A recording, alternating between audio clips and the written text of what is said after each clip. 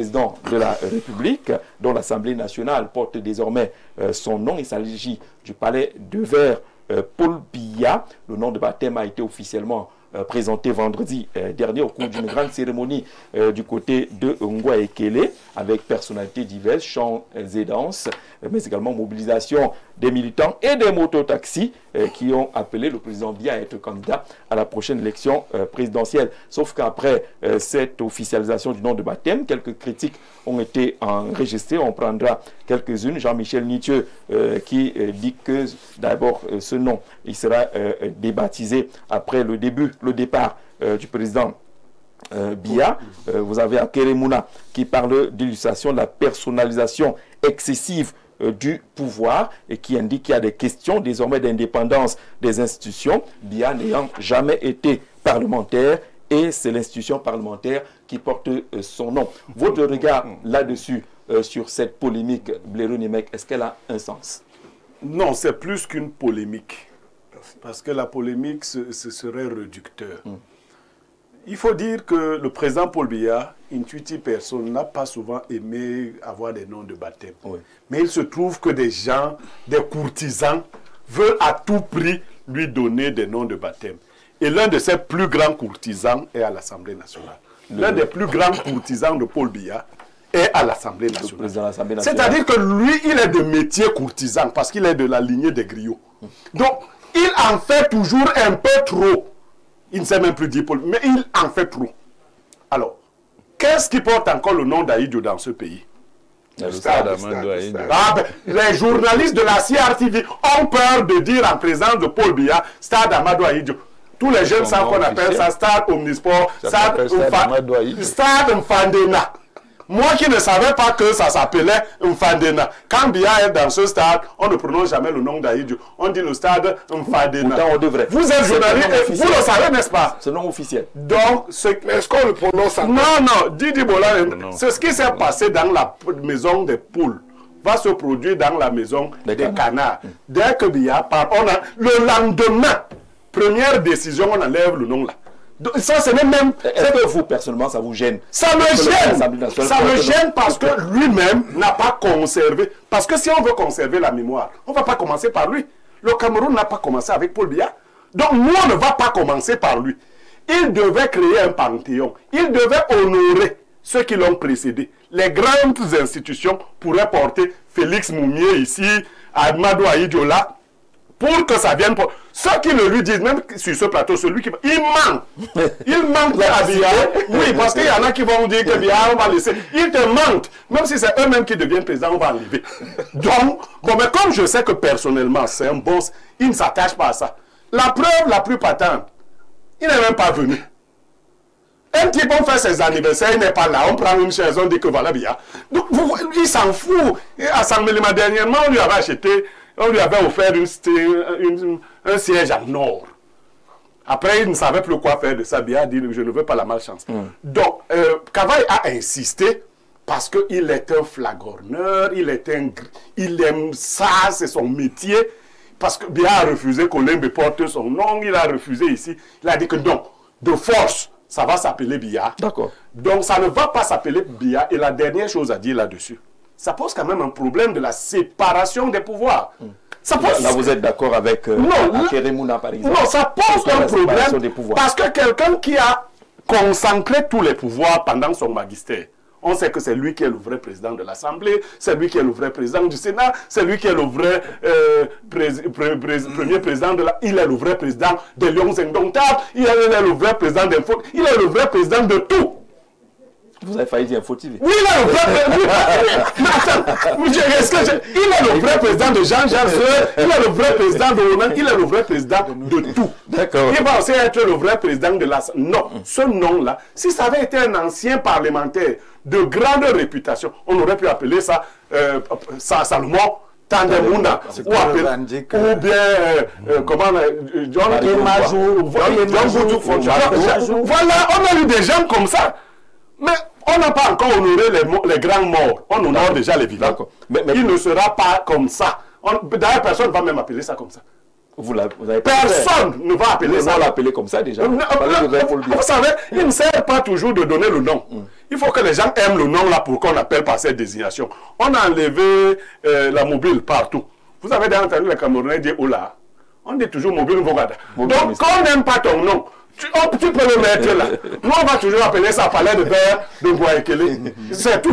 Personne ne va ajouter sur cette institution. Le point de vue de Liby Lobessu sur la question, sur cette polémique autour du nom de baptême du palais de l'Assemblée nationale.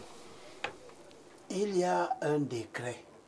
Malheureusement, ça m'oblige à vous critiquer, ce que je ne voulais pas faire. Vous l'avez fait en off. Oui, c'est très important. Vous savez que moi, je prépare les émissions. Donc, j'ai oublié le texte à la maison. J'ai même demandé à mon fils d'essayer de me fouiller ça pour m'envoyer. Il y a un décret du président Ahidjo qui organise la dénomination des édifices publics. Depuis ce temps-là. Et ce décret n'a jamais été changé. L'essence, le fond de ce décret, c'est justement ce que nous sommes en train d'interpeller. Il dit explicitement dans le décret que les édifices publics ne doivent pas porter le nom des personnes encore vivantes. Première chose. Je l'ai dit. Encore vivantes. Et si vous lisez bien l'esprit, vous voyez que parce que le nom des personnes encore vivantes peut faire l'objet de ce que Nietzsche est en train de faire. Si cette personne disparaît, les gens peuvent venir changer. Donc, ça crée une forme d'instabilité sur la fonction de dénomination des édifices publics. Malheureusement, là où le problème se pose, c'est que Ahidjo lui-même, de son vivant, a fait baptiser un certain nombre d'édifices publics en son nom. Par exemple, à Douala, il y a le boulevard Amadou Ahidjo. Le stade Amadou Ahidjo, c'était de son vivant. Et sur le stade Amadou Ahidjo, c'était de son vivant. Je pense qu'il faut quand même que quand on veut faire ce genre de choses, que ceux qui ont l'initiative fassent une large consultation pour que la décision soit stable, qu'elle emporte l'adhésion de toutes sortes de familles, de toutes sortes de milieux, de toutes sortes de sphères. Parce qu'il ne suffit pas simplement de consulter même les parlementaires. On peut consulter les députés et qui, par solidarité de corps, voilà, etc., amènent les gens dans l'erreur. Discipline de parti. Voilà, amènent les gens dans l'erreur. Et la faute ne résiste pas à l'analyse. Parce que quand vous voyez, s'il fallait même donc désigner des gens, comme Akere Mouna le dit, il y a de la pertinence dans ce cas Akere dit. Vous désignez un palais qui est censé abriter l'Assemblée nationale, qui est un pouvoir. Vous lui donnez le nom de quelqu'un qui, lui, a toujours détenu l'exécutif. Il y a un problème. À ce sujet-là, vous avez le si on voulait polémiquer, l'honorable Nourad, si on voulait rester également dans la même logique à Keremouna, et dit l'édifice siège du pouvoir législatif portera désormais le nom du patron du pouvoir exécutif et certainement encore candidat au prochain. Alors, il y a là-dedans, si on voulait polémiquer, même si en réalité c'est dans un autre contexte, il y a un palais en France qui s'appelle le palais Bourbon. Je savais qu'il allait citer. Le palais Bourbon, où il y a l'Assemblée nationale. Le Bourbon, c'est la dynastie. Oui. Donc c'est plutôt le pouvoir absolu qui exerce essentiellement. Donc ça correspond au pouvoir absolu. Non, je ne vide pas. C'était juste pour lui dire qu'en fait, ça dépend des circonstances. Oui. Là où il y a la différence, c'est que le palais Bourbon a été construit en tant que palais Bourbon avant de devenir palais. Merci. Là, on est d'accord là-dessus. Voilà, c'est à ça, parce que j'y ai pensé également. C'est à ça que je voulais revenir.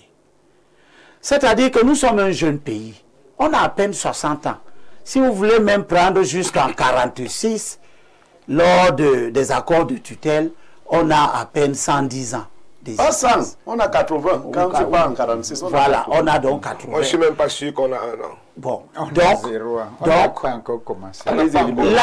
La dénomination des édifices publics doit être liée au souci de pérenniser la mémoire. Il y a eu des parlementaires, des gens qui ont été constamment parlementaires. Et même influents. André Marimbida. Et je souffre dans mon fort intérieur de voir que Tout le monde travaille à faire oublier complètement André Marimbida. Qui a donné... Non, ne m'ajoute pas les noms. Tu as ta part.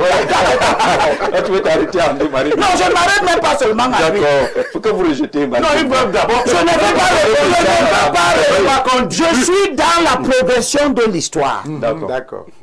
André Marimbida, c'est paix, travail, patrie. Cette devise-là que nous utilisons, si nous parlons de ça aujourd'hui, c'est national. Le drapeau là que vous voyez, à part l'étoile, parce que ça y a 2 étoiles et une étoile. La photo de André Marimbida existe devant la cathédrale de Yaoundé en 1958, en train d'embrasser le nouveau drapeau, parce que les accords de tutelle interdisaient aux pays sous tutelle et aux colonies d'avoir l'hymne, d'avoir un drapeau, d'avoir une devise. L'hymne que nous chantons après ou avant les modifications, c'est André Marimbida qui prend l'œuvre des enfants de l'école de Foulassi et qui en fait notre hymne national. Il fut parlementaire, constamment élu, conseiller territorial, député à l'Assemblée de l'Union française, député à l'Assemblée française, membre de la direction du FIDES, c'est-à-dire le Fonds international de développement économique et social, mis en place par la France, qui va devenir après l'AFD et tout ça, pour le développement de la colonie qui devait aller à la souveraineté. Pourquoi nous prenons un tel personnage, nous le jetons complètement aux oubliettes? Et je dois rappeler qu'il est victime de comportements d'Ahidjo qui, devenu président du parti unique, a voulu effacer complètement la mémoire. C'est exactement ce que Kavaï est en train de faire. Si je suis élu député, je me battrai pour qu'on débaptise ce palais. Alors, Éric Foyette, sur la question. Déjà, je voudrais rendre hommage à M. Akeremouna qui a permis, parce qu'il a cité, vous ne l'avez peut-être pas nommé, André Marimbida parmi les personnages qu'il pensait être, qui mériteraient mieux. Avant de continuer, s'il te plaît, je l'ai regardé et j'ai regardé comment il s'appelle, le président de l'Assemblée nationale qui ne veut pas quitter. Le propriétaire de l'Assemblée. La Bible, même comme lui, il est de l'ordre du Coran. Mais le Coran dit aussi la même chose. Il a d'abord été chrétien. Oui. Voilà.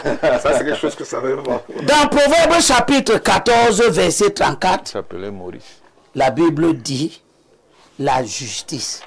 Pas la justice des magistrats, mais la justice des choses qui sont justes. La justice est ce qui élève une nation. Il faut faire des choses qui sont justes. Éric,